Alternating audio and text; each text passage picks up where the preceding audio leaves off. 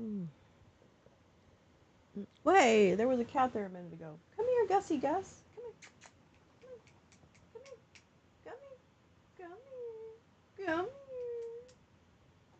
Yeah. Blah, blah, blah. Blah, blah, blah. Don't show people your dirty butthole.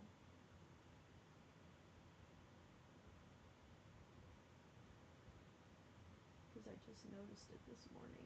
I'm going to clean your dirty butthole. You're about to see his dirty butthole. I'm really sorry about that. Oh, maybe not. Why didn't you lay down, baby? Are you going to jump on your brother? You going to jump on your brother? You going to kill him this morning? We have a cat. We have a cat butt in the screen. He's about to launch on his brother. Oh, he did. Oh. Uh-oh. That doesn't work very well, does it? Do I need to open that? Uh-oh. Oh. Someone doesn't know how to open the door. Okay, hold on, hold on. I'm coming. I'm coming. Hold on. Whoops. Hold on. There you go. He's like, let me out of here. Let me out of here. Good morning, Lee. Good morning, Neil. Catastrophes. Catastrophes in the morning.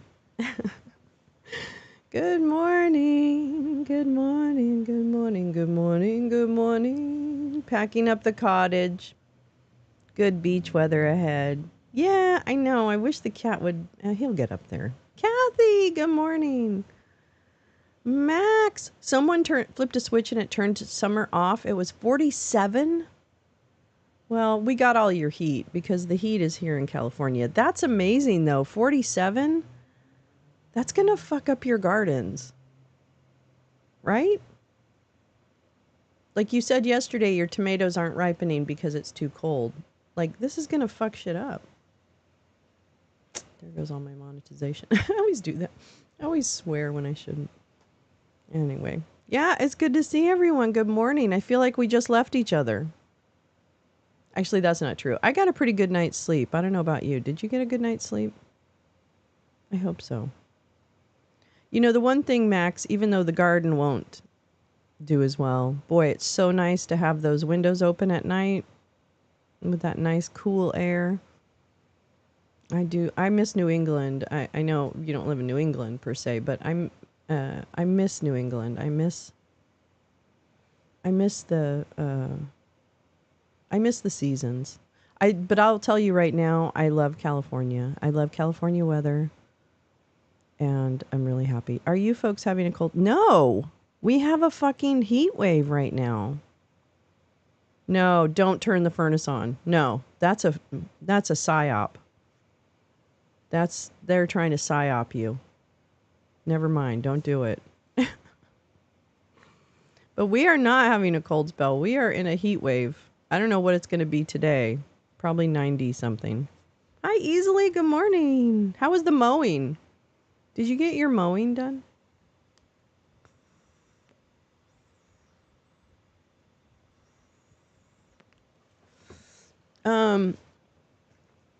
Well, I woke up this morning and put on a show I should never put on. I don't know why I watch these women. Sometimes I hate watch stuff and it's embarrassing, right?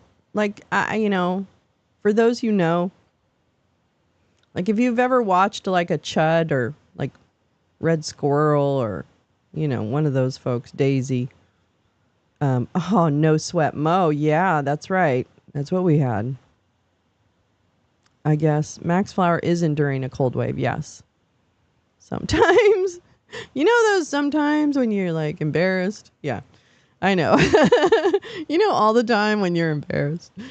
Well, that's kind of what it is for the chicks on the right? They have a morning show that starts at like 5:30 my time. And so it's nice because while I'm getting everything ready, I can have something on in the background that is, whatever. But they are the worst fucking humans on the fucking planet. Like these two women have zero redeeming qualities. Zero. because all they've done is cultivate a community of hate. 90s and humid this weekend. Convention had perfect weather. It sure did. Boy, those were beautiful days in Chicago. My goodness. Really nice. I'm glad. I'm glad everyone had good weather. And even for the protesters, that's good to have. I don't know what's going to happen tonight, but I feel like the security has been really good. I understand that some of the protests have been shut down, although I'm going to be honest with you, the protests that I've seen have been going. Like the march was going. I know there was a big conflict outside of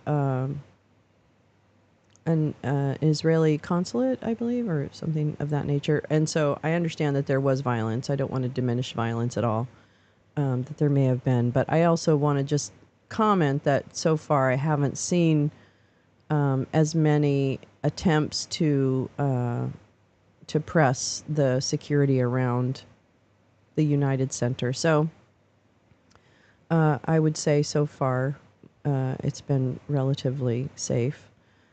The protests are absurd. Well, here's the thing. Here's how I feel, whether right or wrong. I feel strongly about this, and that is that Bibi Netanyahu is a fucking war criminal. And there are two things that can be true. One is we need to bring anyone who's being held home to whomever they are, which includes Palestinians that are being held without due process. And so I think that, hi everybody, see you all later, going shopping. Butterflies, have the best time. I hope it's fun shopping. Bibi is a monster. Protest Bibi, yeah. I draw the line at the Genocide Joe and all that nonsense. I think that's ridiculous. Oh, you're so welcome, Peace Love. What a nice drive. I didn't get all of it because I think you dropped at one point after you parked. So I'm not sure if I missed some action, but you're so welcome. Of course. Of course. It was fun to have your screen up on the screen, actually. It was really sweet. It was fun to have everything going at once. Very exciting. It was very exciting. So thank you for letting us restream it. I really appreciate it. I really appreciate that. I hope it brings you new subscribers. I really do. And I'm glad you're safe. I'm glad are you home or are you still in Chicago? I hope you're safe. But only 60 people arrested, 2 cops injured.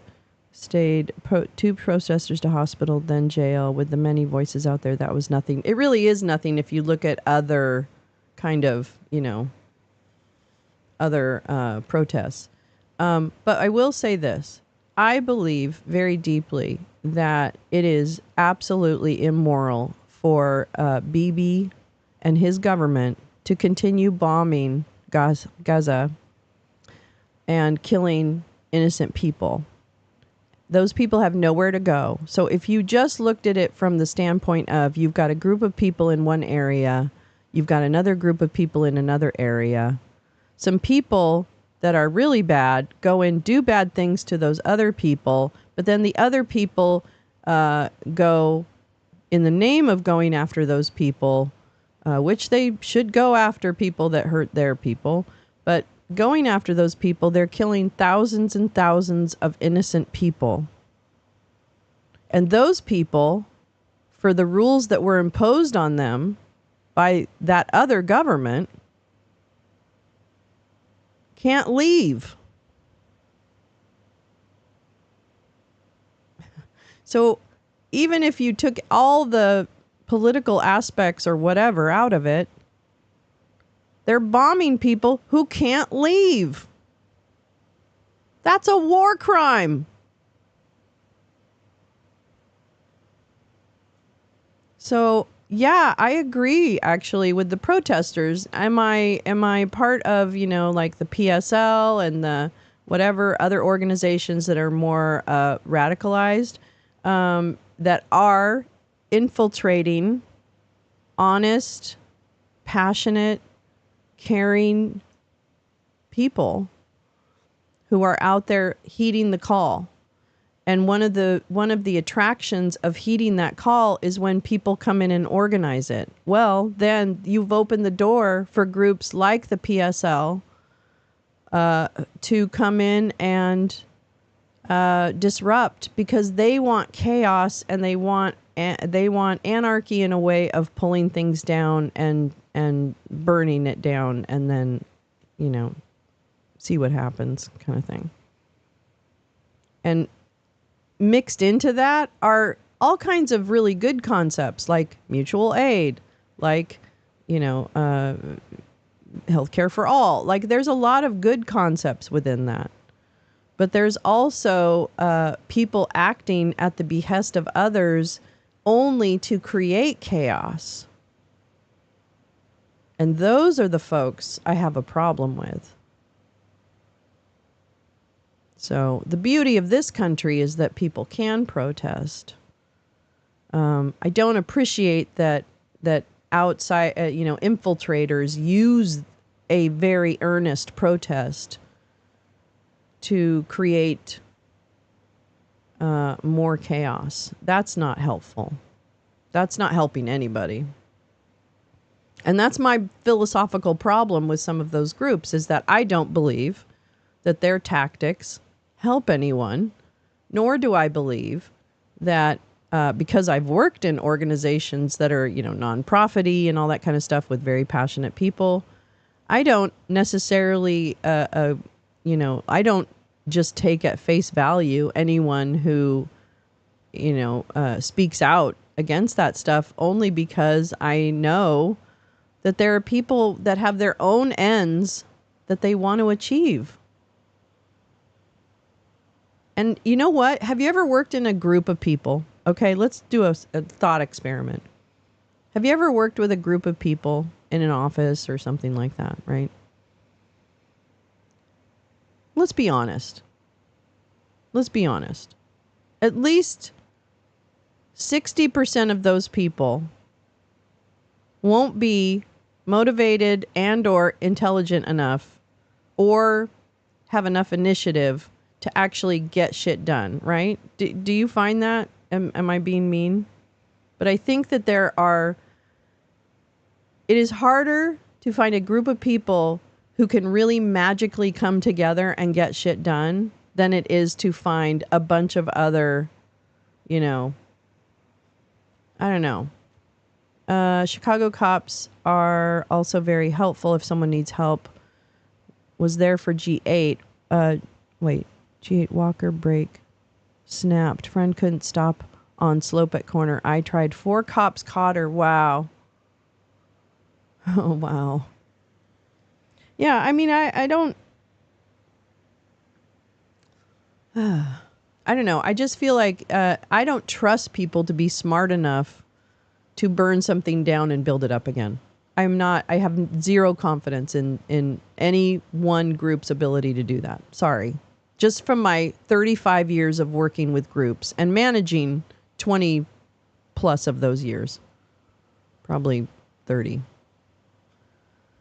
Right? So I'm telling you right now, based on my life experience, I want people who look at a situation thoughtfully, assess it, and make surgical changes that make sense for everybody. And they start with the people who are going to be impacted by the change. They start with, what are their needs? That's what if I could see that, then that'd be great. I don't see that. That's the exception, not the rule, in my 35 years of working with teams. So we've got to do a better job. We've got to do a better job of helping people develop the critical thinking, the initiative, the ownership, I succeeded in any, in different endeavors. My success always hinged on the initiative of me and the people around me, period. If we had shared initiative and kind of focus and excitement around something, then unstoppable teams. But then there were mostly teams where you had a mix of people, and some people weren't motivated or didn't have the initiative because it wasn't their thing. You know what I mean? Like it's not even a judgment on them, although sometimes it is, because sometimes people are just like out of ignorance, they just become real shits.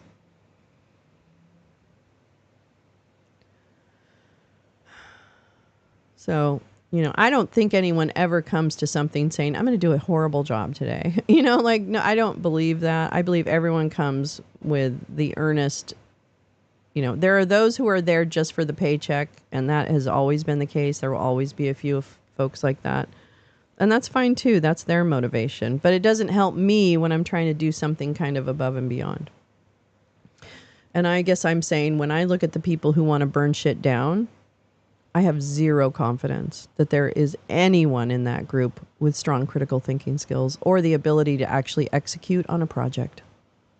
And that, my friends, is where the rubber meets the road.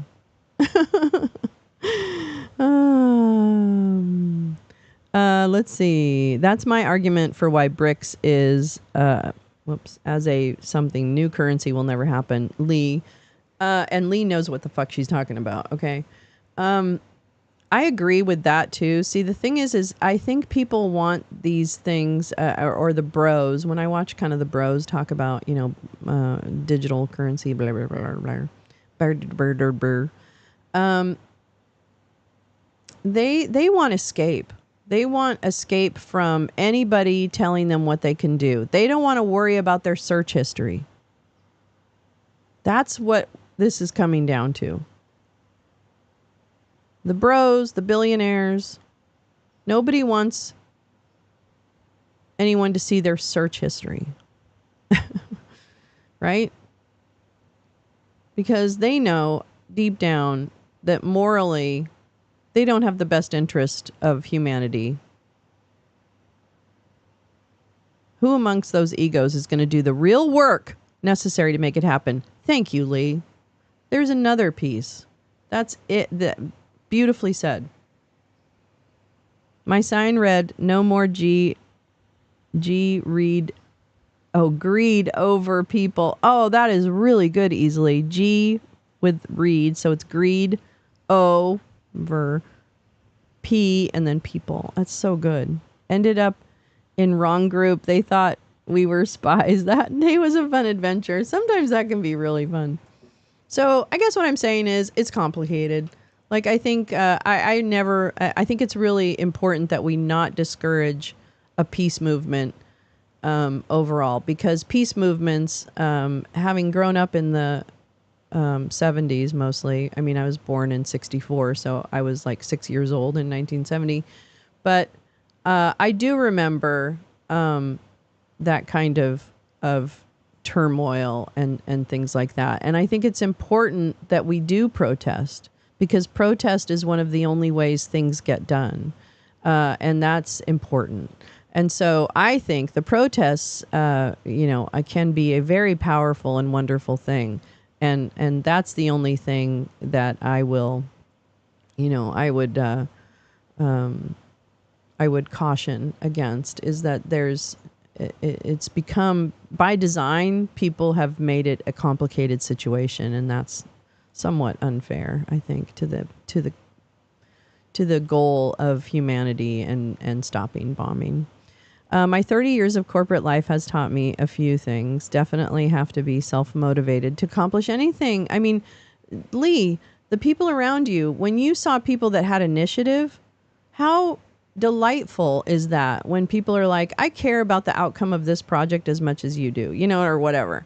That to me is like, then I've got a partner, right? Like I'm gonna make it happen. So I think, I don't know. I don't have confidence in a lot of people's ability to manage a project. I will discourage the blocking of bridges and freeways. I can agree with that. I mean, I think that it might depend on the issue. There might come a time when they start The Handmaid's Tale, there might be time to block the bridges and the freeways. I don't know. That's just me. But anything, and sorry, any human life should be enough to block a bridges. I don't mean to compare and contrast. 65. Oh my God. I don't even want to talk to you guys. Let me tell you how hot it is here. Okay? Damn it. Let me tell you how hot it is here. Oh, actually, it's only 65. Sorry, I was kidding. Sorry, just kidding. Sorry about that. Yeah, for sure. Especially when I spot new talent in the company. Yes, we let we let top too many good people leave for dumb reasons. I know. I know. I don't know. I have thoughts. I have thoughts when it comes to managing people and teams and how you accomplish it. But that's my time is done. I had my shot. It's time for the next generation to do that. And I'm going to tell you, I have huge confidence. I can't give you details, but Bobo was able to land a project yesterday, and it came in just at the right time. So the timing was really great, and so we're very excited. But it's yeah, good people. There are a lot of talented young people too. I've personally, of course, she's my daughter, but I think my daughter is one of the best in the industry. But there you go. And she works in the film industry, behind the camera. And yeah, I think that I don't know. I think I do think things have kind of calmed down. Perhaps I'm being naive because the next 70 days or whatever we have until the election, it gives us many opportunities for disruption. And I do think, oh my God, I'm going to be honest with you. I follow a lot of maggots, right? You know that. You know that I follow a lot of terrible people because if I don't remember your name, I can't find your shit. I need to follow you so that your shit comes into my feed because I'm not going to go down and chase you or try to remember what your name is or your handle or any of that shit. I'm not doing it. So out of laziness, I follow a lot of shitheads. And I swear to God, as we have this convention, the meltdowns from the shitheads is absolutely epic. Absolutely beautiful, wonderful, can't believe it. Give me more. It's so hilarious to me. They absolutely are losing their minds. Let's see. I kind of want to show you this clip. Do do do do do do. Do do do do do do. Meow, meow, meow, meow, meow. Where is it? Losing my marbles. Losing my marbles. Well, anyway, I can't find it. But they are absolutely losing their motherfucking shit. And that's fine. It's good. And I will say, I am absolutely floored by the energy at this convention. I really didn't expect it. I don't know what I expected. But the way that she has accepted this challenge, right? And the excitement for her, I'm very touched and moved by the level of excitement and emotion. I'm gonna have to show you this because I'm mad about these women. I hate these women really a lot. I hate these women really a lot. I want to go to my little thing. Well, wait a minute. That's not. Where's my. Are you kidding me? I fucking hate these. YouTube. Redesign. Okay. That's right. Oh, I think they're still live. Oh, no, they're not live. Let me see if I can find the part that I want to.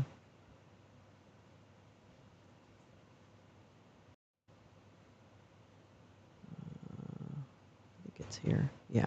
Okay. Oops. No.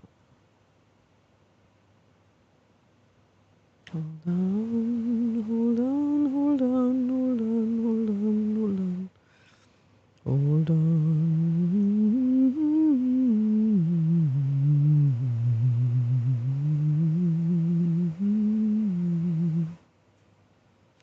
All right. And now I've got to take off that little tiny thing. I have to turn the campfire off because you can't see the screen.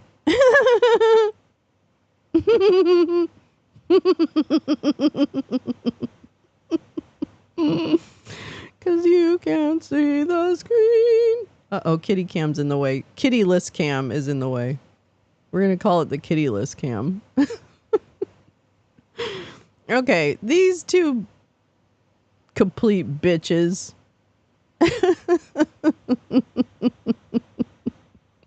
I'm probably going to get struck because they hate me very much, but I don't care. We're going to play a little bit of this. Actually, I want to go right to the part where...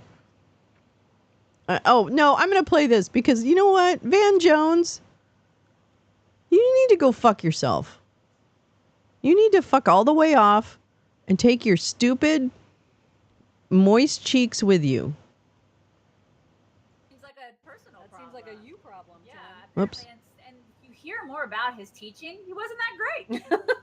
Well, Scott Jennings has an issue with this, and I'm so glad that he is on CNN and is able to give a voice. CNN to blows. I wonder how long CNN it'll needs to last, be... actually. I'm going to protest but here he CNN. is talking about And they're the- right the next to Yale a Phil's. He does that is so weird to me. The constant attacks on J.D. Vance for going to Yale. Mm.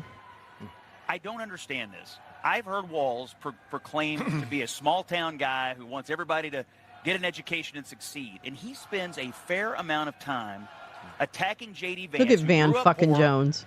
and got an worked hard to I get an hate that education guy.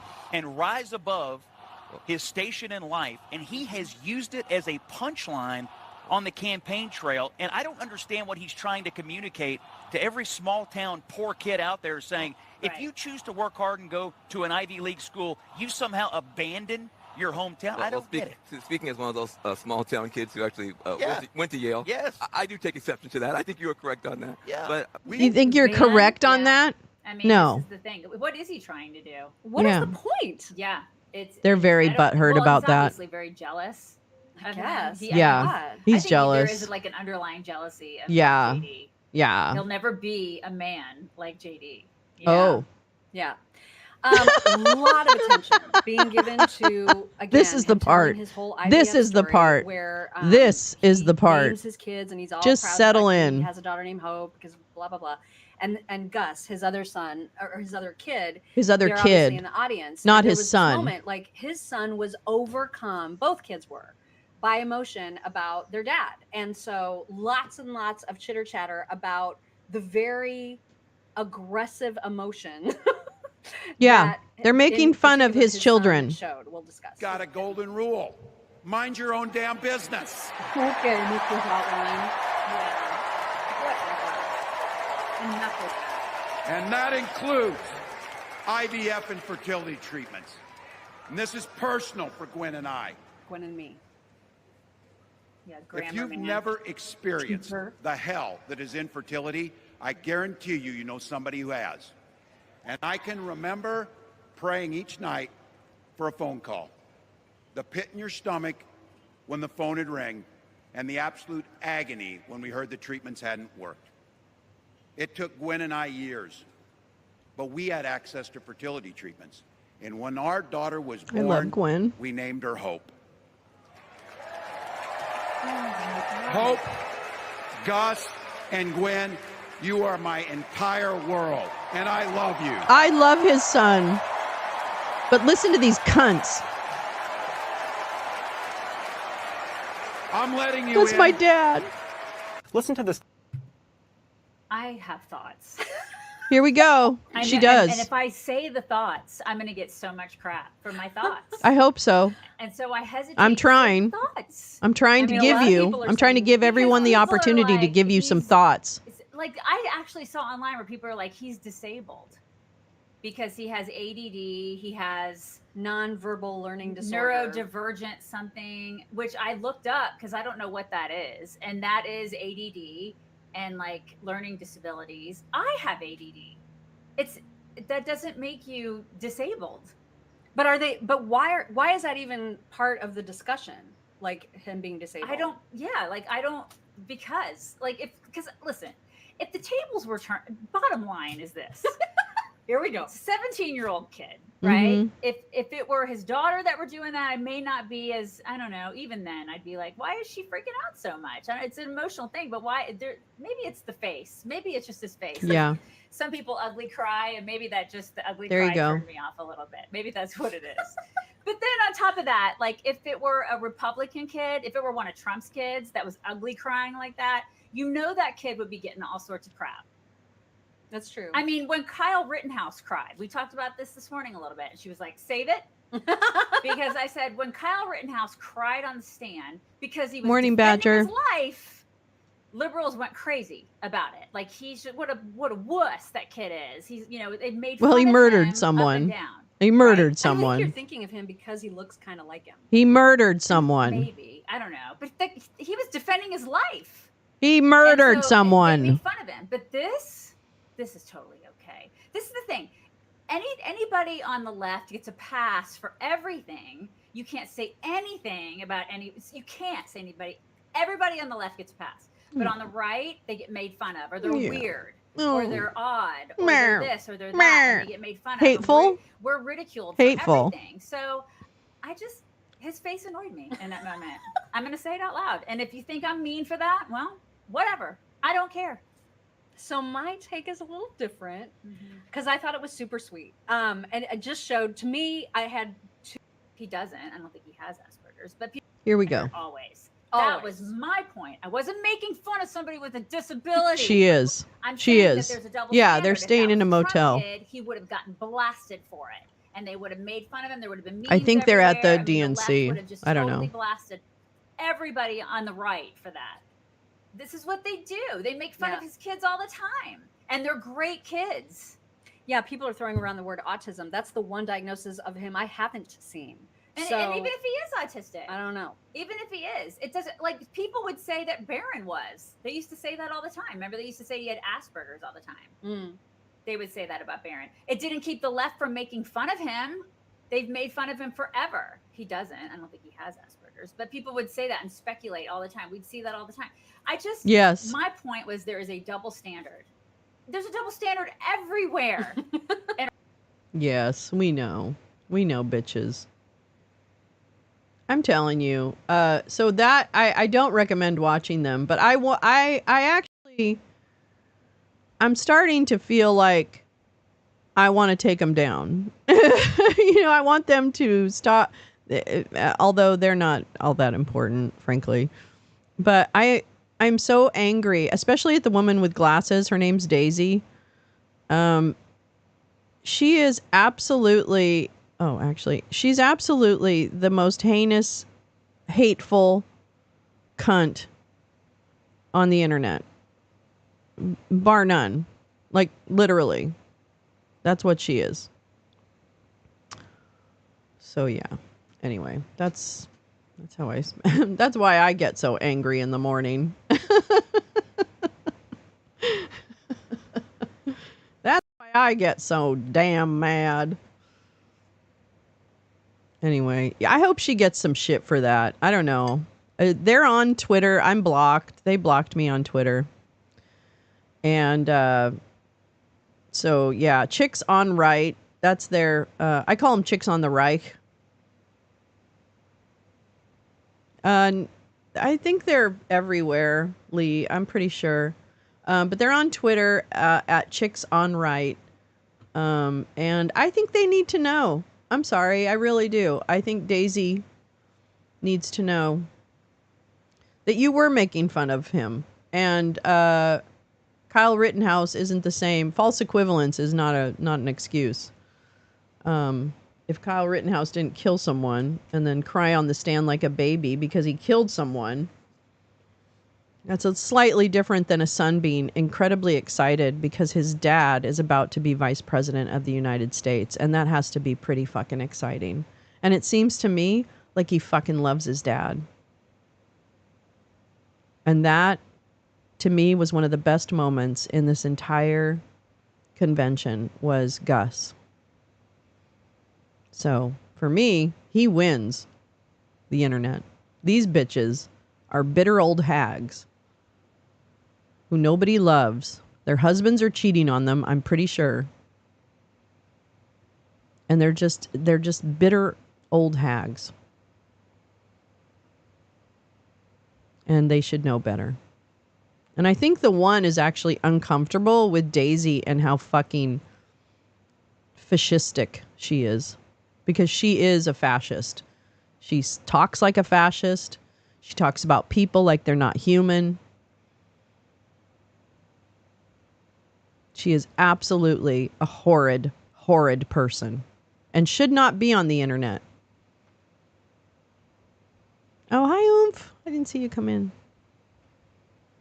And yeah, the smiling.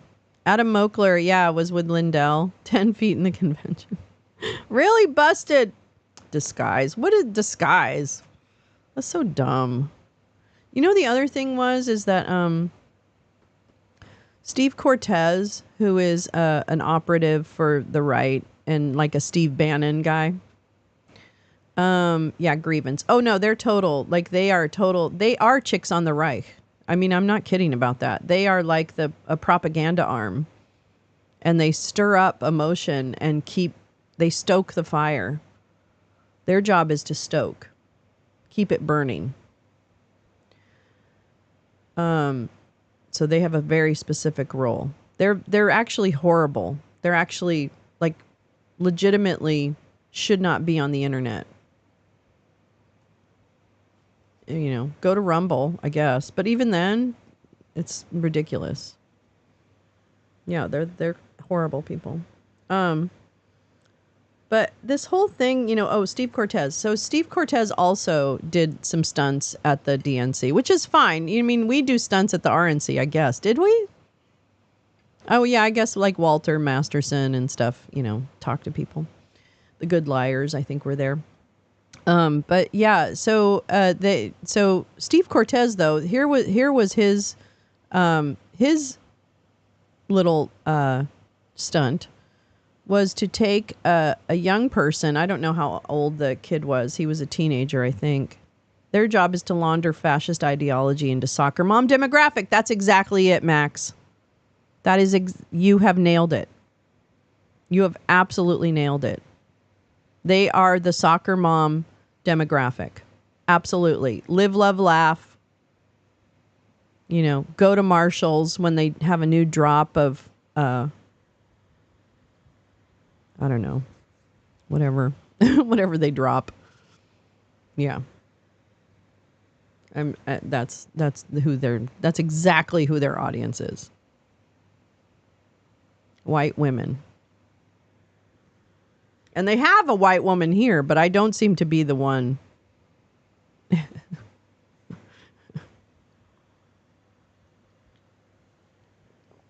Anyway, Steve Cortez.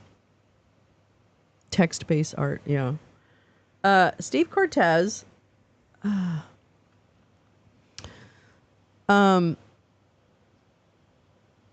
Steve Cortez is a Bannon acolyte. He is I'm pretty sure he's a white supremacist. But anyway, he took a young man into the DNC and tried to get him in because it was just like, he said he was an illegal immigrant, this young man.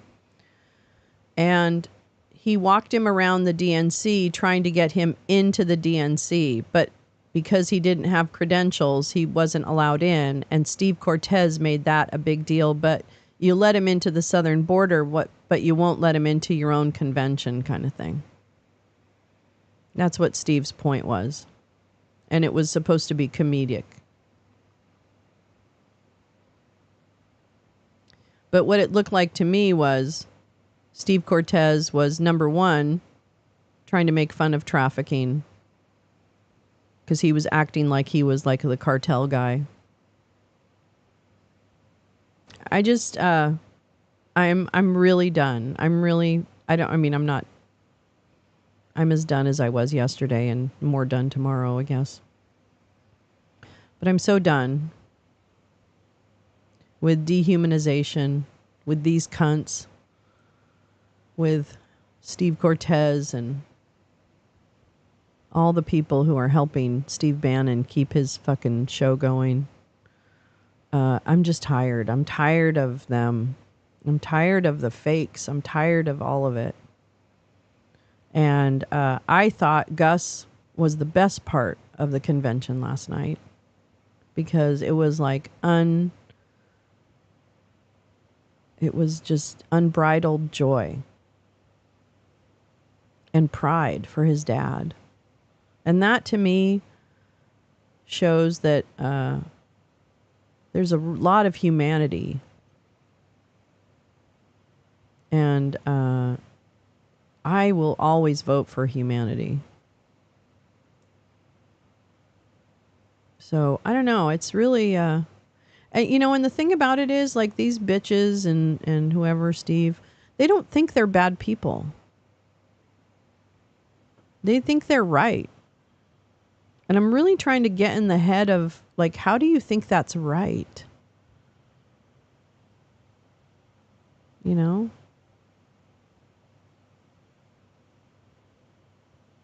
How's that right? Doesn't seem right. Yeah. So, we rise. But tonight should be exciting. I'm very excited. I'm very excited about it. And Bannon being tortured in jail because he can't call in show or even watch it. He can't easily. I mean, I'm so glad to hear that. But I hope that's true. You know somebody, I don't know. I feel like, God, they're so wily coyotes. Wily coyotes. Wily coyotes in my brain. In my brain and on the plain. Crazy coyotes at the door. Why won't they take any more? Let's see.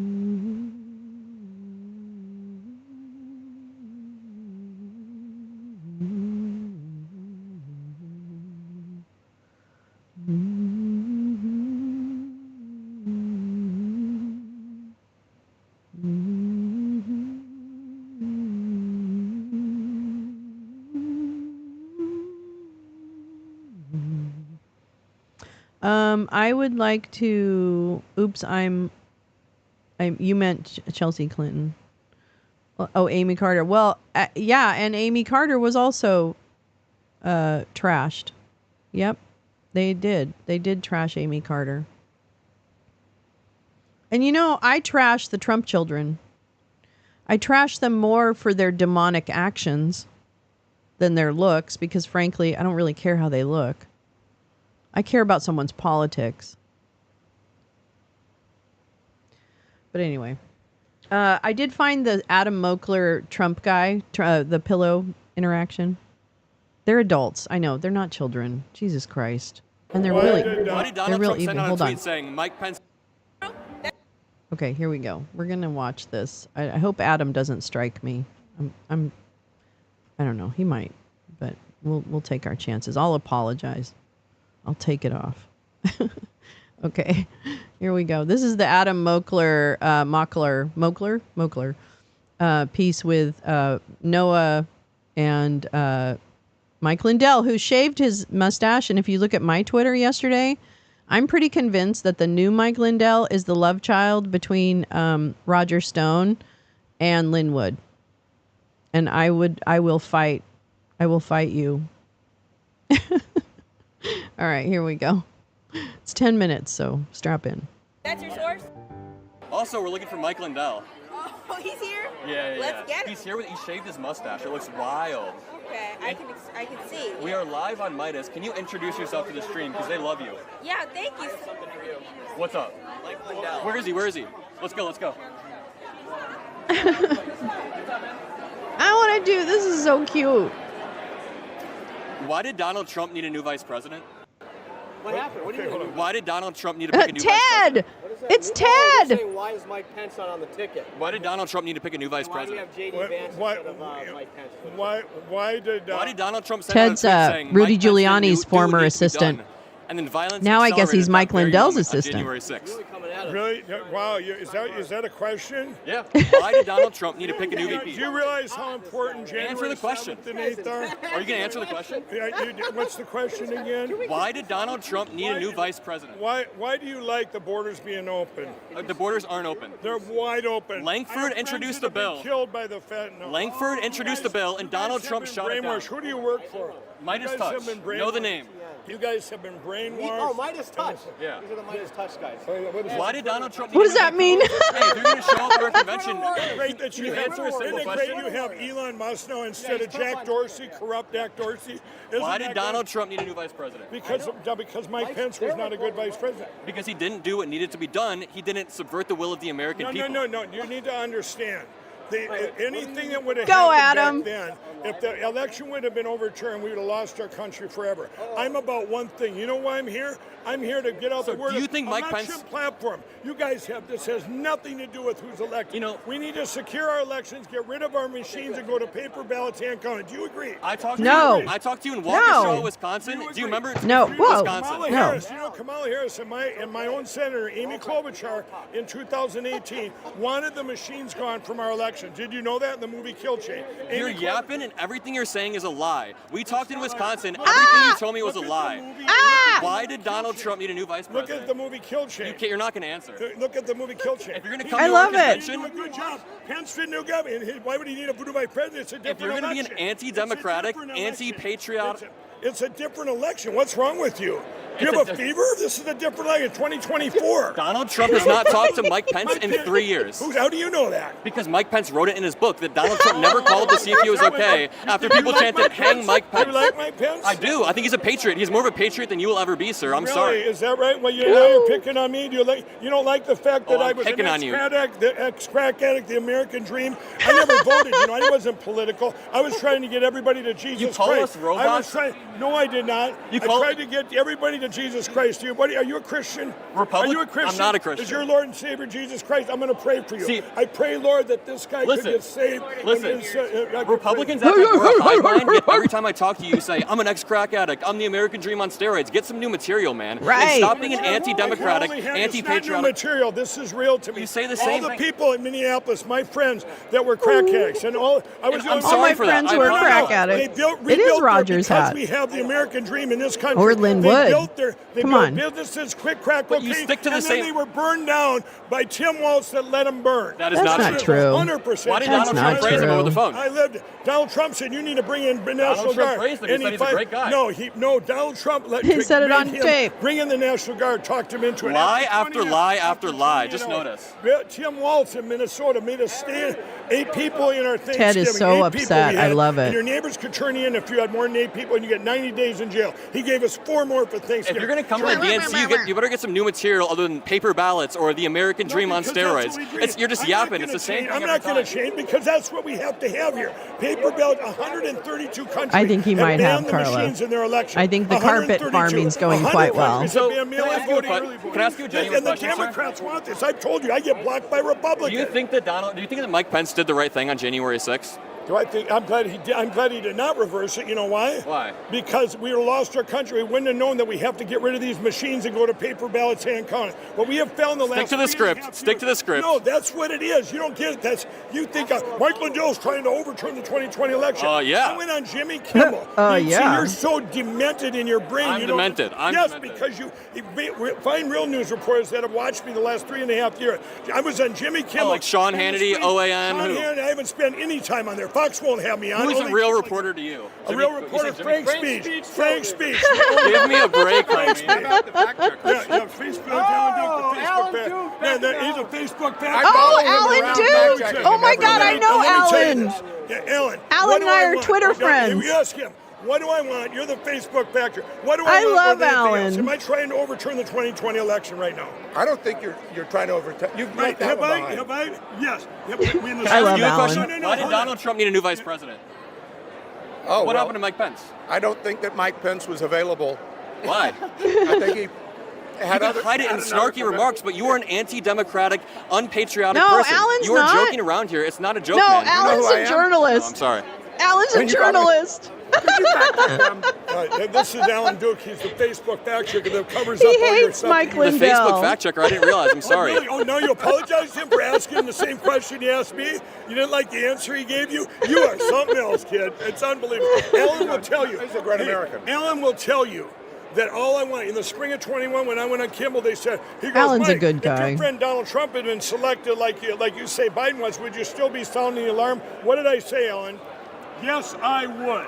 It doesn't matter. He did. He had said that. Either one So that- Alan's no matter what reporting happens to facts. selection, I will be sounding the alarm. I have met with France, Germany, the UK, 132 countries have got rid of the What do you machine. think about Donald good. Trump saying he wants to terminate the Let me Constitution? tell you, right now, we need to go to paper. You want to fact check that one? Well, Terminate all laws, rules, and regulations, even those found in the Constitution? Let's hear the fact check. well, I'd have to work on that one, but let me go back to what he's saying right here. No, I want to hear the answer. Why did he say that? Why didn't you answer? Let him answer. No, I want to hear that. I want to hear it. Answer the question. Let me say something about The candidate that you guys are boosting and Oh, emboldening he's not wants boosting. to terminate Alan the isn't. Constitution and Alan subvert the is will of not the a American people in Republican. every sense of the words. Fact check it. Let's hear it. well, let me ask you to do this. Go to my website. No. Leadstories.com. No, nobody's going to go to your website. All right, young man. Wow. You don't know what you're People saying. like you. You don't know what you're saying. I have one of the largest fact-checking companies in the world. In the Okay, world. we got In 70 the world. journals. I have And with fact the checked. stuff coming out I of have your mouth, fact checked you this. be old fact If you go to my website has and type in fact Mike checked, Lindell, Mike. you'll see how I've slapped. We've slapped slapped me. fact checks on him many times because They're actually he enemies. has been fed a lot I'm sorry. I wasn't trying to get snarky with No, you. you apologize. Okay, so what if I want, first and foremost, what is my end goal? Oh, well, this is you want to get rid dumb. of the machines. There you go. That's it. And you sit here and attack me. If it took, no matter whoever won this election, no matter what happens, if it leads to Why'd you being- shave your mustache? Oh, where's your mustache? I don't know. Where'd did it you go? shave it? No, you seem to have a mustache, I right? did. You really? You believe Why that? did you shave your mustache? That was my brother. No. But why did you shave your mustache? Let me say. All right, he's a waste of our Weird. time. Let's keep going. Thanks for let's walk and talk, Harry. Thanks for linking that up. No, look, I texted you. I was debating him just a second ago. I was like, why do you support a convicted felon or proven sexual abuser? He asked me if I got a vasectomy. I said, God, you're fucking weird. Sorry, I shouldn't. No, you're good. You're good. That's in your state. You want to know more in your state? So They your just source, found you haven't provided any source. 257,000 votes. This happened last week. A judge ruled in Georgia that are missing. Source, no, the source, it's in your papers in Georgia. You need to read your news. You haven't given me any You last need to name. read your news. No, this is your Georgia news. This is your Georgia. This is your Georgia news. Thanks, buddy. You're full of crap. Noah, post interview or post debate interview. How you doing? I'm okay. He provided no facts, no sources. He refused to give me the last name. He said for privacy, but elected officials provide their last names if they want the votes. So I'm confused as to why his source was trust me, bro. Mike Lindell just got rolled by a 12-year-old. Amazing work. How you doing today, Noah? How you feeling? I'm great. Good to see you. The energy on the ground feels great. Day 3 of the DNC. How did you like Obama's speech? Obama's speech was great. Michelle Obama's speech even better. When she said the affirmative action of generational wealth, just great. An insanely good speech. Obama is back. I love He's Noah. so back. It felt so And Hope good. is back as well. Hope is back in the air. Hope is back, and I think that's why Mike Lindell is so worked up over there. Also, his cameraman is really annoying. His cameraman keeps smiling and laughing at me. I think It's that's awesome. Ted. so Crazy, annoying. crazy. Yeah, get out of here. That's cameraman. Ted. But either way, who are you excited to see speak today? Rudy I'm Giuliani's excited to hear butt from Governor boy. Walz. God, I hate if him. his wife Gwen decides to speak, I heard her yesterday. I mean, up great his butt, Speech, great you know. story. Everything lined up except just everything lined up in her speech. But every time a Republican says something, it's impossible to fact check and impossible to source. I want to ask you because I think you're brilliant. So I want to know, what does it mean to you as a how you're 12 years old, a 12-year-old Black American to have representation on the national stage like Kamala Harris? Yes, sir. Oh, that means everything. I had my cousin just last week. She said, no, it was 3 months ago. She said, I'll be president. Maybe I'll be the 100th president. Now I hear her say she's going to be the 56th. It's great. That gave me chills. That is absolutely amazing, and that is what America is about. It is about a melting pot where everybody has an equal opportunity, and I think the Democratic Party is the. Okay, we get it. That's adorable. That is totally adorable. I love it. What was I gonna say? Yeah, Michael Lindell. Michael Lindell.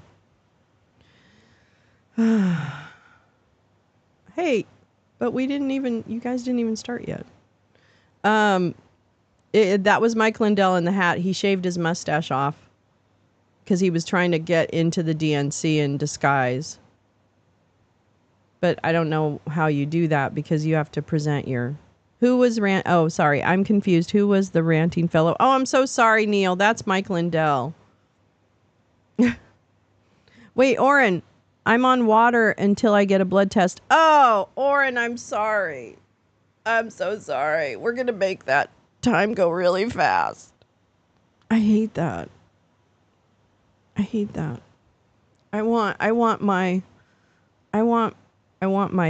blood drawn now. Draw it now so I can have some coffee.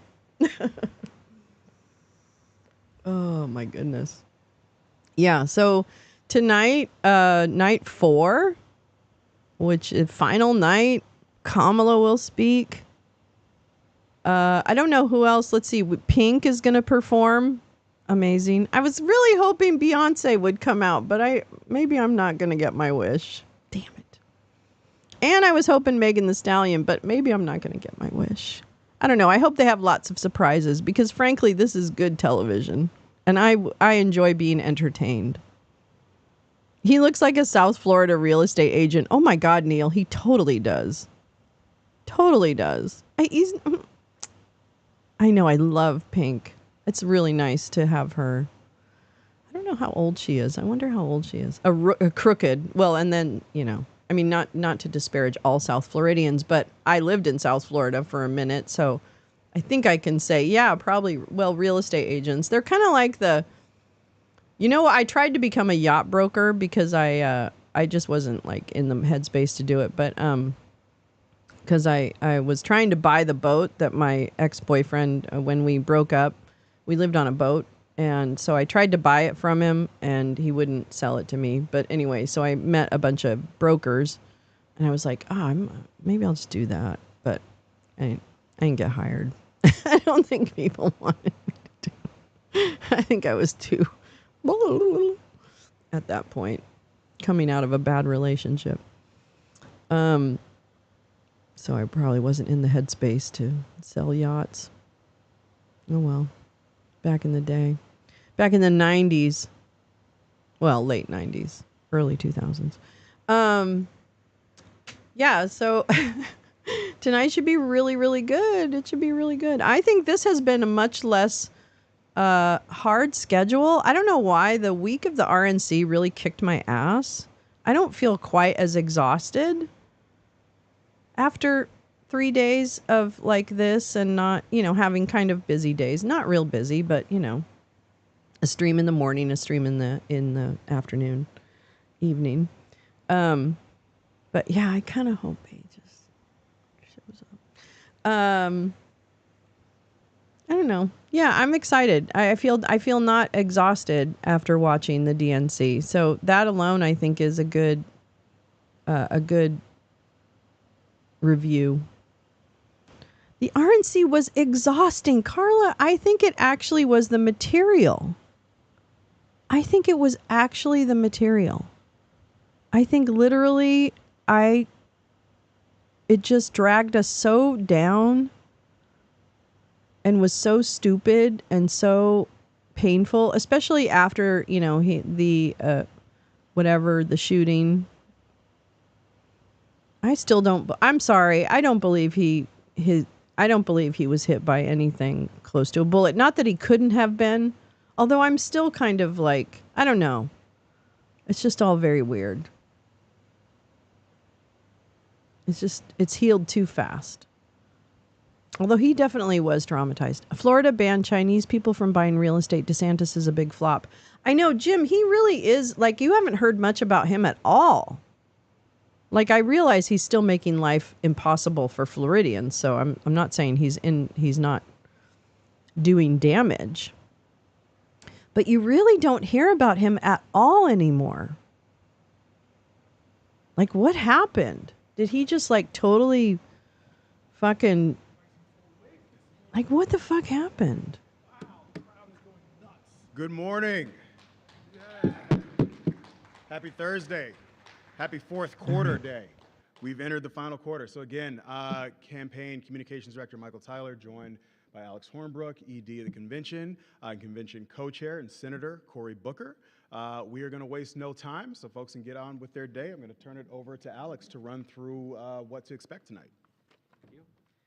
Good morning, welcome. Thank you for joining us for the fourth and final day of the 2024 Democratic National Convention. It's as loud as I can get Over it. the course of the week, you've heard the story of who we are as Democrats, what we stand for as a party, and the vision that the Harris-Walz ticket is fighting to make a reality. The story was narrated by the voices that tell it best, voices from across the country that represent our broad and deep coalition and underscore the Harris-Walz ticket is fighting. He should have become a libertarian. And for our future. The theme for tonight is For Our Future. And as we conclude our incredible week of organizing, celebrating, and doing the vital work of our party, we'll use the final night in the United Center to show the American people how Vice President Harris and Governor Walz are committed to fighting for a brighter future for everyone. Tonight, we're going to hear from Vice President Harris as she tells her story directly to the country, and we'll hear from leaders across the party, including the Honorable Deb Haaland and Marcia Fudge, Senators Padilla, Casey, Brown, Baldwin, not Brown, Warren and Kelly, Governor Healy, Gretchen Whitmer, and Roy Cooper, and Representatives Clark, Kinzinger, McBath, Neguse, Frost, Slotkin, Allred, and Gallego, the Tennessee Three, Gabby Giffords, gun violence survivors, and gun safety advocates. The final night here of our convention is going to showcase our vision for the future and make clear that Americans are ready to fight and win with the Harris-Walz ticket. With that, I'll turn it back to Michael. Awesome. Thank you, Alex. So again, good morning, everybody. Welcome to the final day of the convention. We are, of course, first and foremost, very excited to hear from Vice President and Democratic nominee for President, Kamala Harris, this evening. She's going to talk about her positive vision for the future of America, an America where the middle class won't just get by, but will get ahead. A country where all of our freedoms are protected, a country where we protect the rights of women, including the right to make their own choices about their bodies. The American I'll bet you they are, Badger. 3 nights of our convention. So let's do a little side-by-side of our high-energy, future-facing convention and the other guys' convention last month in Milwaukee. The city Donald Trump says is horrible. Just to recap from last night really quickly, the message that was on full display. You saw common sense over nonsense, as Oprah so eloquently put it. You saw Republican former Lieutenant Governor Jeff Duncan say that if you vote for Kamala Harris in 2024, you're not a Democrat, you're a patriot. Oh my gosh. Jeff Duncan was fantastic, by the way. More freedoms. You saw joy, love, and happiness in that convention hall. Yes, you let's did. Recap the entire week. On Monday, we honored President Biden. We heard about the accomplishments of the Biden-Harris administration, the work that they did to rescue our economy after Trump wrecked it, beating Big Pharma, capping the price of insulin at $35 a month for our seniors, securing trillions of dollars for infrastructure to rebuild roads and bridges, making the largest investment in fighting climate change in American history, making our country safer, bringing crime to a 50-year low, passing the first bipartisan gun safety legislation in 3 decades. On Monday at the RNC, you heard from a puppy killer and Trump's top MAGA minion in Congress. On Tuesday, back here in Chicago, you saw Barack and Michelle Obama, second gentleman, Doug What, Emhoff, Jim? talk about how deeply I didn't see his speech Kamala yesterday. Harris believes in family and fighting for working people and how she'll bring those values to the White House. Meanwhile, on the second day of the Republican convention, to no one's surprise, they passed an extreme party platform that would ban abortion nationwide and put women's lives at risk. And then last night, the future vice president and America's football coach, Tim Walz, laid out how he has fought for rural communities and Minnesotans to help the middle class get ahead in life. Wednesday, the RNC, it was the architect of family separation taking the stage in prime time. Meanwhile, at our convention, you've heard from reproductive rights champions like Amanda Zarowski, Caitlin Joshua, Hadley Duvall. You've heard from defenders of democracy like Sergeant Gonell, who defended the Capitol on January 6th. You'll hear from more American heroes tonight, as Alex was discussing. The split screen between our stages and the voices that we are uplifting could not be more clear. When Donald Trump finally took the stage on the final night of the RNC, we were told it would be a seminal moment in this election. The moment when he found a new tone, finally turned his focus from himself to the American people. We were told Trump would finally act like a president. Well, Carla. We're still waiting for that Gonna Donald leave Trump a to show mark. up. But if you are looking for a president, you'll see her on stage tonight. I'll let Senator Booker say more about Vice President Harris, but before I do that, I do want to talk about one more thing you're going to hear tonight. The Vice President is going to share her story with the American people, from being raised by a working mother in a middle-class neighborhood to fighting for survivors of sexual assault and homeowners who suffered in the foreclosure crisis. She'll share her optimistic vision for America's future, a new way forward, while Trump's Project 2025 agenda would drag us back into the past. On that stage tonight, you'll see a champion for working people all across the country, a defender of our fundamental freedoms, and a prosecutor who will make the case against Donald Trump. Most importantly, what you'll see is the next president of the United States. From the other speakers today, you're going to hear about how Kamala Harris, Tim Walz, and so many others in our party have fought for our freedoms, our safety, our security, the rule of law. As Governor Walz pointed out yesterday in his remarks, we're entering the fourth quarter in a close game. We feel good about where we are. As the underdog, you do not play prevent defense. You play to win. That's exactly what this campaign is going to do coming out of Chicago for the rest of this campaign. This convention has been a huge success so far, but we know there's still a lot of work to do. We're going to continue to drive the enthusiasm That's true. generating into action. That's true, Oren. In the battleground states. He's not. He's a psychopath. He's a fucking psychopath. Which is why It's my pleasure. We know. To turn it over to convention co-chair, U.S. Senator Cory Booker. Come on now. He's incapable. He's incapable. The smattering of applause is very much appreciated. All right, you all know this. I am an OG Joy Cory, guy. stop it. It's something I've been talking about for a very long time. And this convention has been the greatest gift that I could ever have, to be able to witness what we have been witnessing, especially relative and in comparison to what we saw in the Republican convention. I am so happy now. It's almost like weeping has endured through the night, but joy cometh in the morning. And in many ways, we see a new day dawning in America, a page being turned, and that is being represented by The boy in the kind of bubble. speakers you Yes. see before you in this I've had convention. some experience with You've those seen some people. of the I'm best sure he can talent thank it America for. has Oh yeah, that's to true. offer. You're right. Not in a You're right, partisan Oren. way, That is but part of people coming the forward and giving their psychopath testimony profile, of isn't it? to They joy, can hold to it love, together for and to a moments at a vision of time. America that is so inclusive. They can mimic. That is It's so about mimicry. bringing us together to heal. Now tonight, It's I tell true. You don't I'm slowly excited. waddle. Another moment about last night. They get in the bubble. I had That's a this great one, incredible Carla. privilege, thanks It's to true, the Jim. men You on don't either waddle side of over to me, someone who needs For help. the first time in a convention, I've spoken at past I'm gonna ones, have to but find that actually clip. Be backstage during the whole time.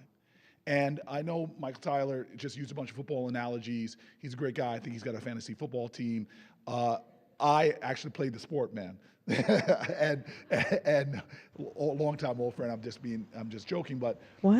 I was a ball player.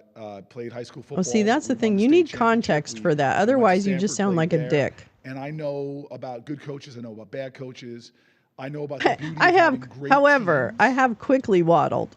So my best friends in life are people all across the Waddled political with spectrum. intent and purpose. But we are still a team. We bowled at the White House recently, my team about a year ago, And there were Republicans, Democrats, but we were all together. There's a tight bond. You can't fake that. And so what America didn't see last night was when Waltz came off the stage and went backstage, and I saw all of these men get together with such joy and exuberance in a love huddle like I have not seen since the days I was playing football. Waltz is a special kind of guy. And what you saw last night and what you felt last night is real. And so many Americans are looking for that. We've witnessed too much of the politics of demeaning and degrading. And in Donald Trump, I will tell you, he is a guy that so indiscriminately degrades Americans that even Republicans are not safe. He's been degrading DeSantis about his height, my friend, Chris Christie, about his weight, Nikki Haley about her heritage, John McCain about his military service. And so to see in Walls and so many of the other folks that are supporting this incredible ticket, this idea that we're not about putting people down, we're about lifting people up. And so tonight we're going to hear from Kamala Harris. Oh, it's on security video? I am so Damn. excited. We've all seen Like the a Oath proud Keeper sibling. love She and I huddle. served together in the Senate.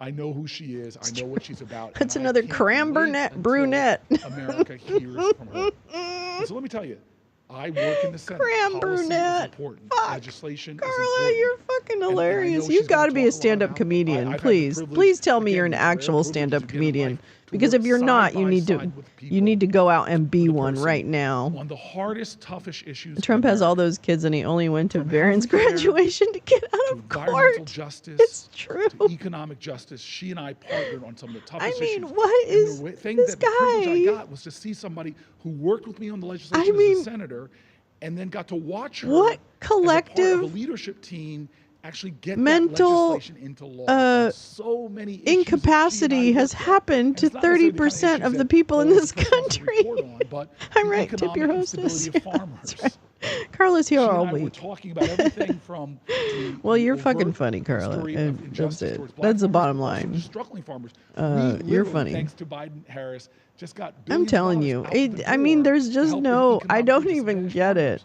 I Environmental do justice, listen, she and man. I went to work on listen. those Oh, I issues in the listen Senate, and so then when she deeply became vice to the president, people she standing became in the White House line environmental justice champion, and all that. Now she showed up in Newark because two of us were just so don't happy about get it it. to announce that every lead service pipe in our city was out of the ground. On issue after issue, maternal mortality rates in America are horrific.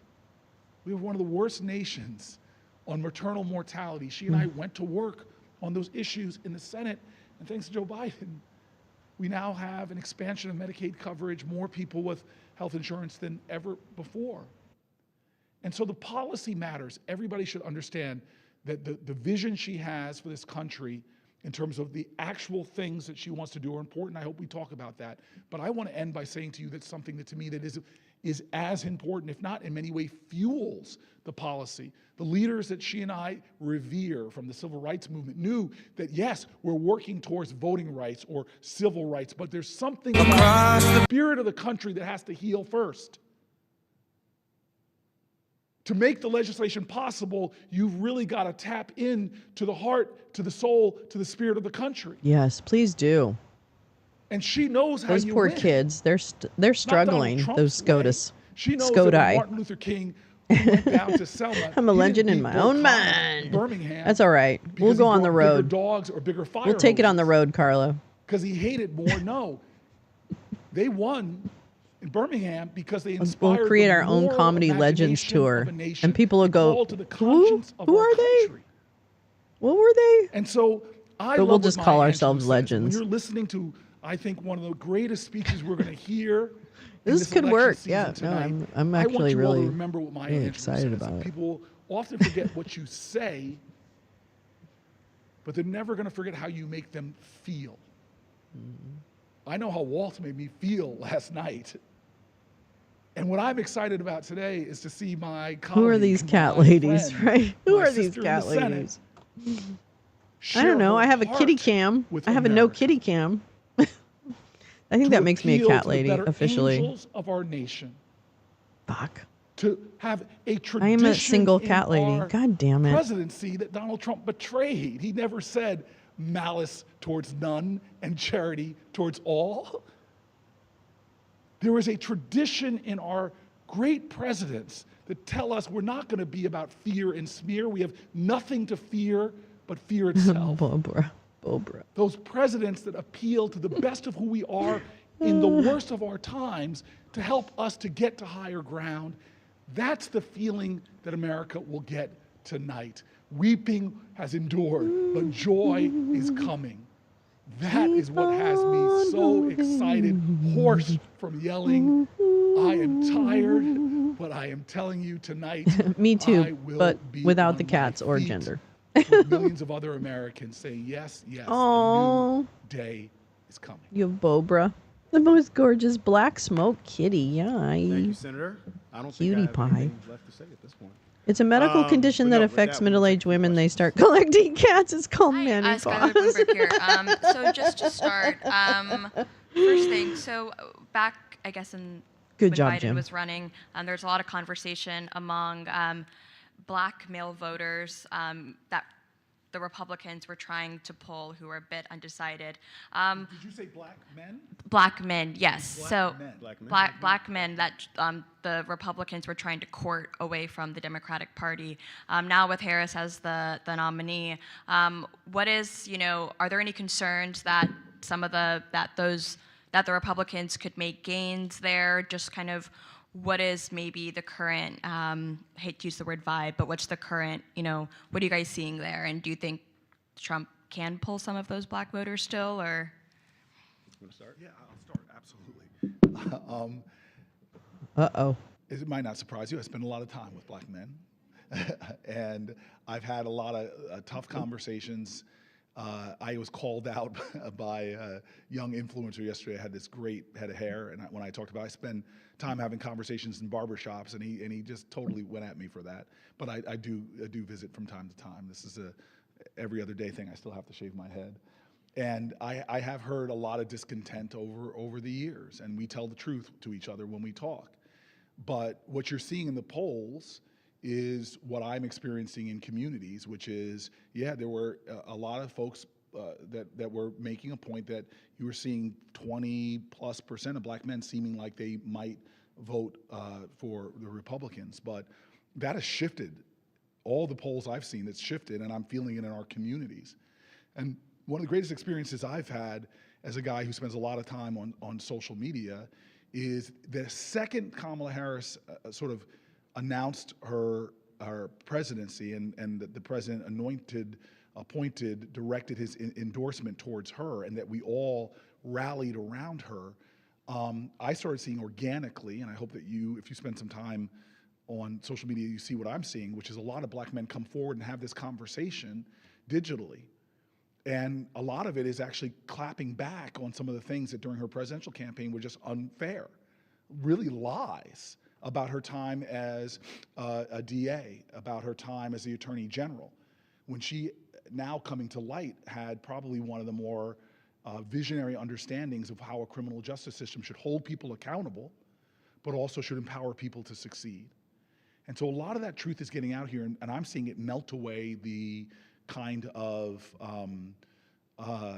falsities that I think have fueled a lot of the discontent you see in a lot of folks. And then the final thing I want to say is, and this is great about the Harris campaign and great about, I think, the way they're running it, is they're not taking any voter for granted. This is a campaign that knows they have to earn the vote, that they have to work for it, that they have to speak to all of the diversity of America and call us together. And what excites me is that when it comes to African American success under Biden-Harris, a lot of folks just don't know the story. I can't tell you how many times I've gotten on Zooms with black folk or had direct conversations that when I start bringing my receipts, most black business starts, most black people covered by health insurance, lowest black unemployment rate, black farmers, black environmental justice issues, most black people being connected to the internet and because of the infrastructure work that's done. When you start going through the receipts, I think people begin to understand what has been achieved. And then when you get someone who has lived experience, that's very relatable to most Americans, women, immigrants, people who were not born with generational wealth. I think that people begin to understand that they're going to have somebody in the White House that sees them, that will fight for them, and that will continue to advance the ball. So I am looking forward to this competition for voters of all backgrounds, and I'm looking forward to working with the Harris-Walz team to earn the votes of every American. And trust me, we will be in Milwaukee. Trust me, we will be in Detroit. Trust me, I just came out of Philly last week where I was in a black barbershop and a beauty salon having these kind of conversations. Yeah, the only thing, before we move on, the only thing I would add is that we have 74 days left until the election now. As this election creeps up on the American people, as it creeps up on more black men, I think the choice is becoming more stark and more clear. In Donald Trump, what black men are seeing is somebody who stepped into public life, falsely accusing the Central Park Five, never apologizing for it after he already knew them to be the exonerated five. This is a person who stepped into political life by taking birtherism and having it go mainstream. This is somebody who, when he was president, it's not just the record of racist invective, it is the disastrous economic record by the end of his presidency. The things that had gone up for black folks in America were the unemployment rate and the uninsured rate after he fumbled the bag on the COVID response. And this is somebody who every single day out on the stump right now is leading not with policy solutions to improve the lives of black men in this country, but is leading with more invective, was leading with more hate, more chaos, more division. And so we know this is not, for many black men, this is not going to be a choice between Kamala Harris and Donald Trump. It's going to be a choice between the couch and actually voting for this ticket. And so we are focused on making sure that black men across this country understand the vision that Kamala Harris has for them as we move forward over the course of the next 4 years. That's why she's out on the stump in places like North Carolina, laying out the first pillars of her economic agenda, how we're going to continue to lower costs, how we're going to continue to build economic opportunity, how we're going to create an economy where black young entrepreneurs can actually not just get by, but get ahead. And so that's going to be the fundamental contrast that we present over the course of the next 2 months here. And as the senator was saying, we're going to use every single tool at our disposal to do so, organizing heavily on the ground in cities like Atlanta, Philadelphia, Detroit, Milwaukee. We're going to make sure that we're also investing in paid media, making sure that particularly for young black men, we're reaching them where they are, right? So not just running television ads, it's why we're over-indexing on things like digital advertisements, because we have to hit people not just with the right message and the right messengers, but you have to hit them on the platform so they're actually getting our campaign's message. So we're going to sprint through the tape and take absolutely nothing for granted. Take that mic out and just drop it. Take that mic out and drop it. Jones, Once Upon a Hill. I know that was a good answer. You know, had your fair share of campaigns, MT. I'm just curious, can you put into context the campaign that the vice president and the government, you know, have executed so far under, you know, extraordinary circumstances, especially consolidating that support among congressional Democrats so quickly? What does it say about the candidates? What does it say about the campaign that the president passed along to the vice president? Can you just put into context what got vice president to this moment tonight?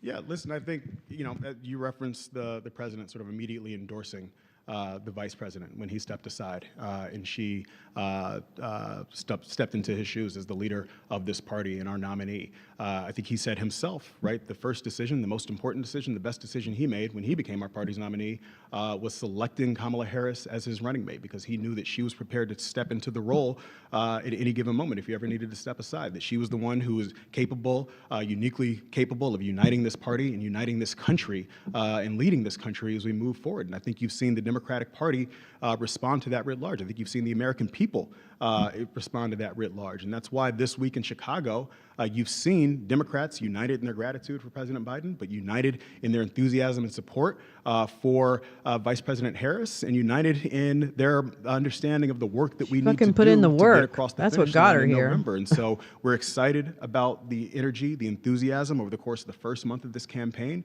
But what our focus is as we leave Chicago and head into the general election here for the final few months is, again, making sure that we are converting all of this energy, all of this enthusiasm into action on the ground, right? We have 300 field offices, 1,600 staff across all of our battleground states. We are using opportunities like this. Last night, for example, we had our biggest phone bank of this entire campaign so far, dialing into voters in the battleground states, making sure that they were tuning in and watching, making sure that they understood the fundamental stakes of this election. And that organizing work continues from now until November, because again, we feel really good about where we are, but this is going to be a margin of error race decided by a handful of votes, right, in a handful of states. And so we cannot take anything for granted. We have to use every single tool at our disposal to get to 270 electoral votes. So that's what our focus is. Thank you. Oh, thank you. Jackie Coppell with News Nation. This is sort of a two-parter. In terms of the momentum, obviously there is quite a lot coming in and throughout the convention. What's the plan to keep that momentum going? And since we've covered him quite a bit, I'd be remiss if I didn't ask, what's the strategy to court RFK's voters, particularly if he endorses Trump tomorrow? Yeah, listen, I'll start in order. I think on sort of maintaining the enthusiasm, I spoke a little bit about that just now, but for us, we have from now, we leave Chicago. I think what you'll see is the Vice President, Governor Walz, get back out on the stump, directly engage the voters in the battleground states, as we have done since the Vice President selected the governor as a running mate. They've gone to virtually every single battleground state, holding those rallies that you've seen, right? You saw 10,000 people in Atlanta. You saw 20,000 in places like Phoenix and Las Vegas. I think what we are excited about is, as we continue that, is not simply the crowd size, right? I know our opponent is focused on crowd size, but what we are focused on is actually converting those numbers into volunteer engagements. So Atlanta, ridiculous, for example, which Max. was probably the first large-scale event that we had. You had 10,000 people show up. We ended up with 1,500 of those 10,000 signing up to volunteer on this campaign. Those are the ones who are, from now, going to be knocking on doors, making phone calls, talking to folks in their communities about the stakes of this election. That's the work that continues as we leave Chicago and we hit the stump. Obviously, we look forward to other high-profile moments as we approach the early voting period. I think that begins with the ABC debate on September 10th, should Donald Trump actually keep his word and show up. We'll continue with the vice presidential debate in October on CBS, and then we turn into mobilization mode, right, as we fully convert all of this energy, all of this enthusiasm into get out the vote efforts into the months of October. Early voting starts in many states in late September, so we have a short amount of time right now to harness all of this energy again into action at the ballot box. Oh, RFK. Yeah, listen, I mean, two things. Number one, RFK was obviously funded in large part by MAGA donors. He parroted a lot of MAGA talking points throughout the campaign, so I don't think it would come as any surprise to us should he formally endorse Donald Trump today. But my message is not for him. My message is for many of the undecided voters, many of whom found a home with him at the early stages of this campaign. If they were feeling disaffected about the state of the race, if they were looking for a new way forward, if they were looking for somebody who's actually going to fight for their interests, their values, if they were looking for somebody who understood as it relates to the personal decisions that they make in their lives, the government should get the hell out of the way, then there's a home for them in Kamala Harris's campaign. And we'll do all the work necessary to court those voters and make sure that they understand the fundamental stakes and the threat posed by Donald Trump and the path forward, the positive vision that Kamala Harris is campaigning on for the rest of this campaign. Thank you, Max. RFK's Hello, main thank donor you, was Ted Mellon. Johnson from Deadline. Two questions. One, last night we had the appearance Yeah, of Oprah those, they Winfrey, don't but vote. there's You're also right, been a SB. number Good of other morning. musical celebrities and performances, and I was wondering if you could speak to why is that important to feature those figures. The other question is, the three nights have gone beyond prime time on the East Coast. The question is, does it matter to you? Alex, you want to take this? Who is Yeah, that? for your first question, I think we have seen every single night a real wide variety of speakers and presenters that represent, again, the very broad and diverse coalition that is coalescing around our candidates. We obviously are living in a time of very fractured media environment. We have, people, particularly people who are not, super engaged in politics day to day, who get their news, their information from a whole wide variety of sources. And so having some of the folks that you mentioned from the entertainment industry and others, we have a lot of people who want to come and support Kamala Harris and Tim Walz, and those are, folks who help us to reach segments of Americans who may not be, watching TV news or other sources. So we really appreciate everyone from your average citizens, your elected officials, folks in the entertainment and other industries who are coming here, lending their voices, lending their credibility to, support Kamala Harris and Tim Walz. And the second one was. I don't think it is tight. Well, we're party who has a lot to say, and with a lot of people who, again, are really excited to be here and to support and to talk about why they're supporting Kamala Harris and Tim Walz and all of the accomplishments of the Biden-Harris administration. And so, that exuberance has led us, a little bit over time a few nights, but we've been, making the requisite adjustments and making sure that we get to, the folks that, the voters and the delegates really, want to see and hear from. Final point on that too, before you get started, I'm sorry, but I think the ratings have spoken for themselves too, relative to the Republican National Convention last month. I think we've outpaced them every night so far this convention. So folks absolutely are tuning in. And as Thank Alex you, was Max, saying, for we're that also, 2023 understanding story. the nature of the American electorate. Steve Bannon encouraging anti-vaxxer RFK Jr. to run against Joe Biden. Increasingly making sure that we're reaching voters across all platforms. That's why for the first time we're proud of the fact that in addition to all of the credentialed legacy media that we have here in the room and at the convention hall tonight, we've got over 200 content creators who are credentialed for this convention as well. We're able to roam the halls, we're able to go around the convention, share their I mean, stories, I wasn't share some invited, of but this, yeah, other entertainment people were. Content that they see as well and share it with their viewers on their platform. So we have to make sure that we are continuing to engage all of our target Maybe voters next in the ways that time. they're actually consuming the media. And so for many of them, that is still sitting in front of a television screen at home on their couch. But increasingly, for the voters who we need to reach to actually win this election, it's on the phone, it's on the tablet, it's everywhere else that they're moving across this country. And so we're running a convention and a campaign that's actually tailored to meet the voters that we need to get to 270 electoral votes. It's one thing to win the election. For its ABC. The post-election There's is a been lot of completely talk about different unity phase this week, so and why won't y'all allow a fraught. Palestinian speaker to address the convention? And by simply saying that Trump would be worse for Arab Americans, is that not the campaign taking their votes for granted? No, we're absolutely not taking their votes for granted. I think as it relates to uncommitted delegates at this convention, we're proud and glad that they are here. We've worked to engage them throughout the convention. We're proud of the fact that we held panel conversations with members of the uncommitted movement. We're proud that the vice president herself engaged with leadership in the uncommitted movement in Michigan a couple of weeks ago. That's why the campaign has continued to engage with leadership of the uncommitted movement throughout this convention. And I think what they will see, what folks who continue to demonstrate and protest will see, is a vice president, what has already been clear and what they'll continue to see for the rest of this campaign, is a vice president who is committed to ending the violence, ending the conflict, making sure that we resolve this conflict with a permanent ceasefire that allows Israel to fully secure itself, that fully continues and make sure that we have full humanitarian aid, but also make sure that Gazans are able to peacefully live and prosper in Gaza. That's what she's going to relentlessly fight for as President of the United States, and it does stand in stark contrast to our opponent, whose only North Star is what benefits him, does not care about national security, does not care about global security, is only interested in his own personal self-interest. And so when you're looking for somebody who's going to serve as commander-in-chief, when you're looking at temperament, judgment, ability to handle complex global situations, there's only one candidate in this race who fits the bill, and that's the vice president. All right. With that, I think we will wrap. But thank you all. All right. I'll talk. I'm happy to do it offline. We're gonna wrap here. I'll come back around. All right, that was it. Yeah, thanks for joining. It's amazing. I did wonder why they didn't have a speaker. I understand there's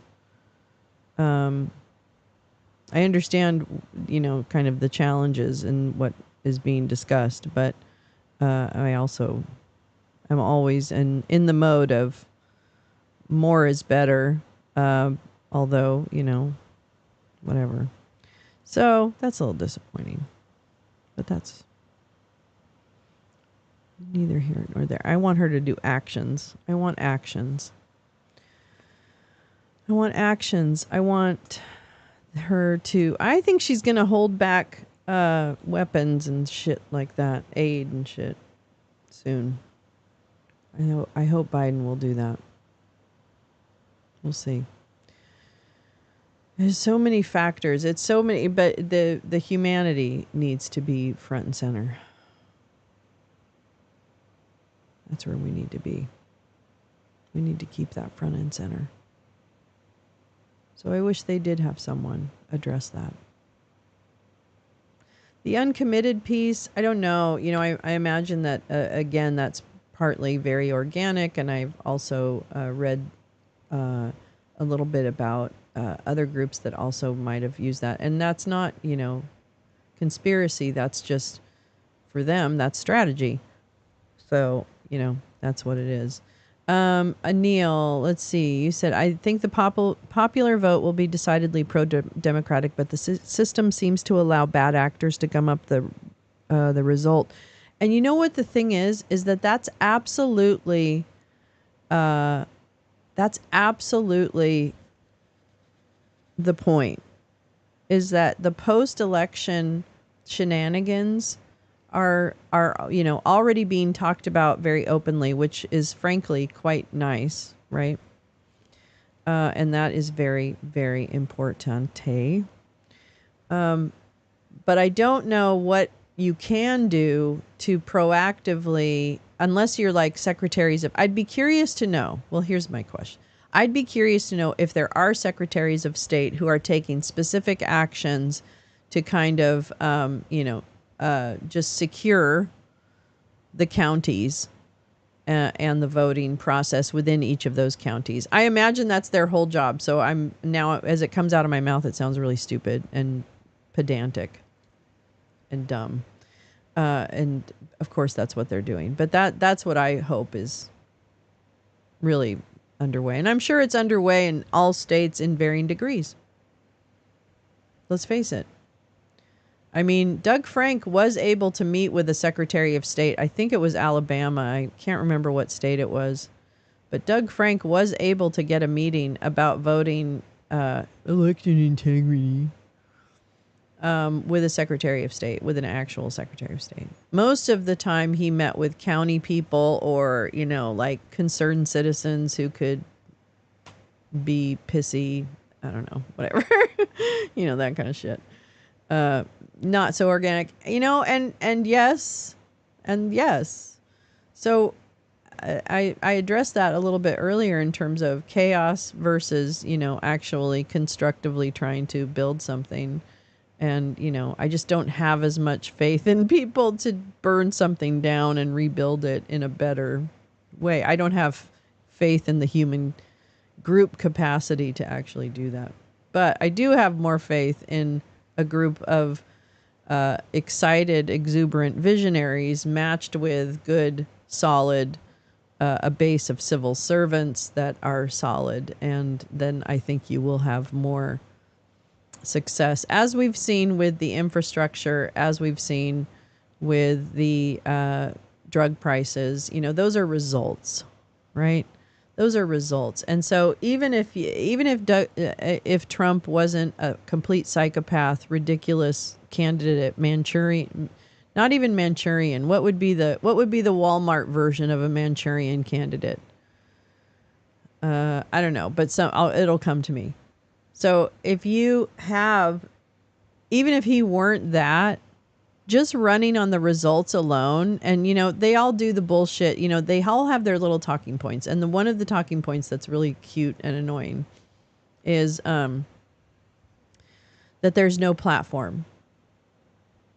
There's no platform. What about Qatar? Qatar. I don't know how to say that. Is it Qatar or Qatar? I'm not sure. What about it? Damn. That needs to, like, now I got thrown off. It's okay. Trump's words, actions, and presence sway citizens to vote for Kamala daily. It's so true. But even if you just went based on results, that's what I want, an administration that is going to focus as hard as it can on getting even incremental benefit for people in this country. And I want even incremental Qatar. Oh, Qatar. Okay, thank you. Qatar. Thank you. I've never said that right, I think. But what happened in Qatar? Or did I miss a reference? That's entirely possible. That's entirely possible. Vivek is live at the Trump International Hotel. Oh, isn't that cute? I love torturing Vivek's campaign team because they're so bad about their audio on all his videos. So well, actually, I think I've been blocked, so now I can't say anything. But did something happen in Qatar that I need to know about, or that we need to know about? I kind of want to pull up this thing. Oh my in heaven! We have at least 10 million new. See the sound? Do you hear the sound? Migrants into the United States. That's all the way up. In the White House, and that accounting may be generous. It's at least 10. This is like it's like a funeral. Okay. The last segment, I'll just say we played because again, They tried to run. Every Republican cry session this. Okay, I'm turning it. Every Republican wah session this week has really felt like a dirge, and a bad dirge. You know what I mean? Old Joe is dead. Old Joe is dead. That, and not that that's a bad song, but you know what I mean. You know what I mean.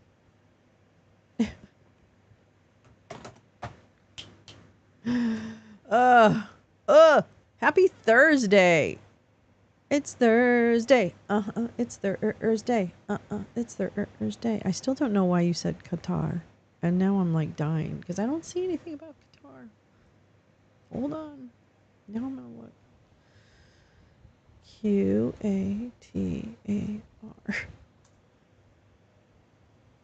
Qatar. I have the airways, the airways. Why did I go to the airways? Oh, I see. It just automatically fills that in. Well, thanks. Thanks, Google. But I don't need that. I don't need that. Why was it? Oh. The Qatar Prime Minister to visit Iran in coming days. Blinken pushes for Gaza ceasefire with visits to Egypt and Qatar. I must leave to get bread and milk so I can have lunch. Yay! Have a good day, Neil. We'll see you later, okay? Are you coming later? Because it's party, party, party. Party, party, party in the USA. You're invited. I'll save you a seat at the lounge. I'll save your usual seat. Hold on. U.S. News and World. Oh, can you read those? Are they paywall? No. I don't want to sign in. Yay. Oh, yeah. Try to make it. You totally no problem. If you have definitely, if you have something, plan,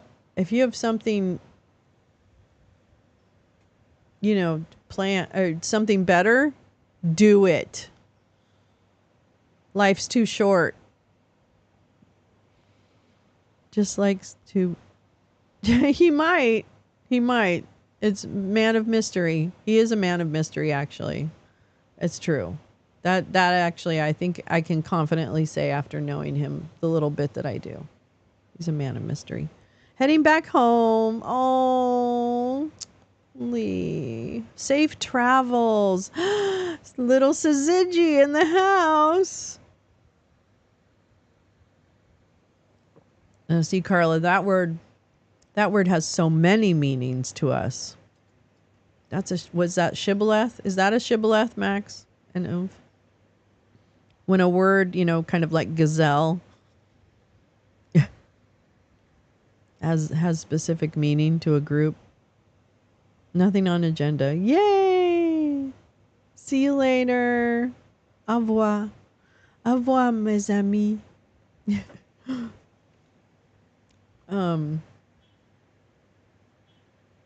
Yes. Well, Qatar's prime minister will visit Iran in the coming days. Tasneem news agency reported. Qatar's prime minister and foreign minister Sheikh Mohammed bin Abdul Rahman Al Thani is scheduled to consult with Iranian officials, including foreign minister Abbas Araghchi, on bilateral and important regional issues. Oh, interesting. That's good. I'm glad. Glad about that. Yeah, well, I have our stream tonight scheduled for 3:30 in the afternoon here in Pacific time zone. 6:30 for you folks on the East Coast, everything in between and outside of that. And then don't forget we have a slightly new schedule for the weekends. You actually get more days. Well, if you want them, I mean, frankly. It's probably a lot to ask. But anyway, the point is tonight 3:30 Pacific, etc. Tomorrow morning 6:30 a.m. Pacific, etc. Nothing tomorrow night. And then Saturday night lounge with trivia. Trivia is back. Trivia is back. It's back, baby. And it's in memory and honor of our beloved lounger. Don't go to the show by, who passed a week ago. And we love her so much. I think about her every day. So we will return to our standard lounge as she would want us to do.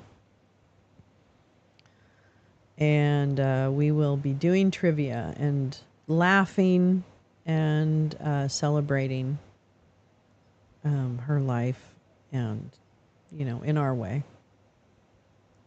In our beautiful, half-assed, very human, loungy way. Woo! Woo! It's a ride, folks. It's a ride. You're supposed to enjoy it. It's a ride. Rocket to the box, baby. That's what I always say. Rocket to the box. One trip around the marble. I've got all kinds of sayings about that, don't I? Sorry. It's annoying. I'm babysitting a 7-year-old. I'm getting ready to take her shopping. Oh, she loves it. Her mother orders everything online, clothes, food. It's an experience for the kiddo. Oh, it's great. Well, that's fun. I don't know if it's a grandpa or other relation, but that's really cool. You're working till 6? Oh, man. I hope you get off early. Carly, you need to start... I better go home and take a COVID test. I'm sorry. I'm not trying to encourage bad behavior, but maybe I am a little bit. Anyway. All right. I'm going to hit it for now and release us all from this heaven that we're in. Back to reality. You have to make calls. Ugh. You do need an assistant. If I wanted to make calls, I'd be your assistant, but I don't want to make any calls. I don't want to talk to anybody. I'd be your assistant, Max, but I don't want to talk to anybody. But that's the point. Anyway. All right, my friends. I hope I see you tonight. But if not, I hope you have a really great Thursday. And I hope I see you tomorrow morning. All right? So stay sexy, stay liberal, live life, live, laugh, love, all that good stuff. And go tell the chicks on the right that they're assholes for making fun of Gus Walls because he's adorable and I just think he's a very amazing young man. And I'm glad he's emotional. The people in Qatar don't lie, the Flintstones, but the people in Abu Dhabi do. Abu Dhabi. I don't know how to say that. The Flintstones. I don't understand that. Oh, Abu Dhabi do. Okay, I think I understand. Thank you, Jim. Thank you, Jim, for what is probably a problematic joke to end the show with, but that's okay. We'll let it go this time. So thank you again for coming, and I will definitely see you tonight.